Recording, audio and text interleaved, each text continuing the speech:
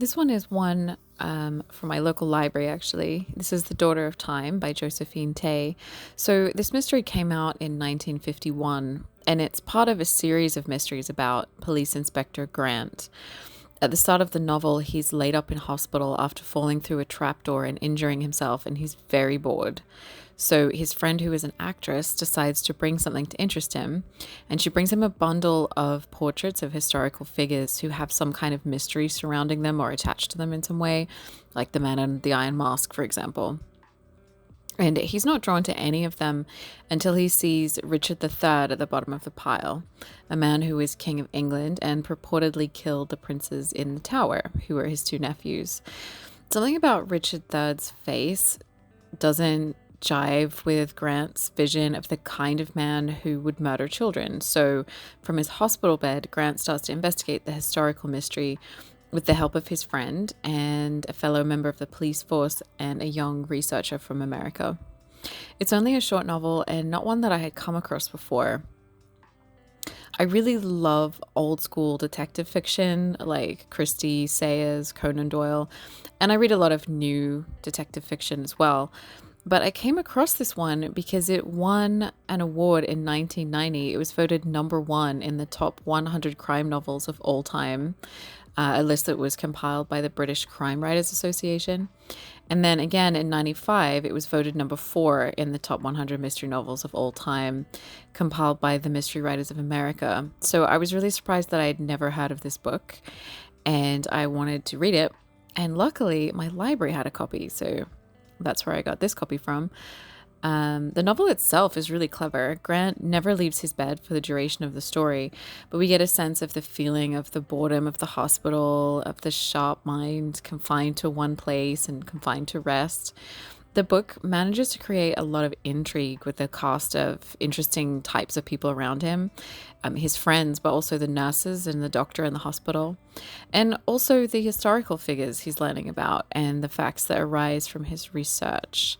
So the lack of access to sources and having to wait while people look things up for him keeps a nice level of tension going throughout the novel. And there's a few little twists in sort of revelations and things as the book uncovers the secrets of the past.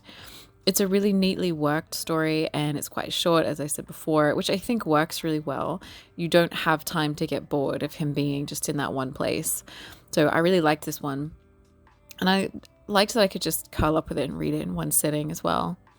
The mystery itself is a piece of history that's fascinated people for hundreds of years. To give you the quick lowdown, in case you don't know the historical story, Richard III succeeded his brother Edward and was King of England from 1483 to 85.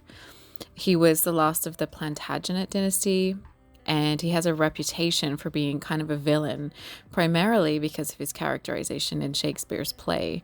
He was made king, chosen over his older brother's young sons, because they were declared illegitimate and therefore they couldn't rule the country. And they were under Richard's care, Richard III's care, and were placed in the Tower of London, which at the time was more like a castle, more than a prison, which it sort of later famously become. From that point, the princes disappear from history, and the rumor began after Richard III's death that he had had them killed. So the book explores this man and this sort of historical rumor around him, as well as the mystery of what could have happened to the young princes. And that's a mystery that's never been solved. The title of the book comes from Seneca the Younger, and the quote, "Truth is the daughter of time, not authority." It's chosen because part of what occurs in the book is the exploration of the way events can be turned to favor someone in authority. And then that echoes through history as being the truth. But the actual truth comes out in time. So in the book, Grant and his researcher friend talk about events in history that are commonly misrepresented. They use examples of martyrs that were never actually martyred and massacres where in truth nobody was actually killed. So it's kind of about propaganda essentially, and just about how the truth always comes out over time. So it was a really nicely explored theme, and one that feels really relevant today as much as it did decades ago in 1951 when this book came out. At the time the novel was published, Josephine Tay herself may have already been confined to bed with a terminal illness that killed her. She died a year after this book came out, much to the surprise of her friends, who had no idea she was sick.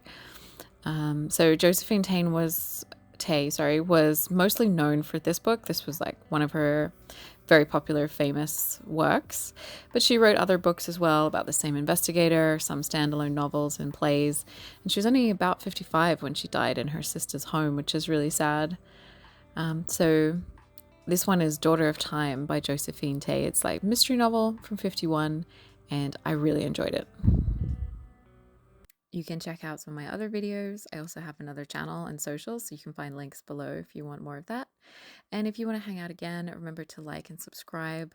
And you can always leave a comment, let me know what you thought, or let me know what else you might want to see. Thank you.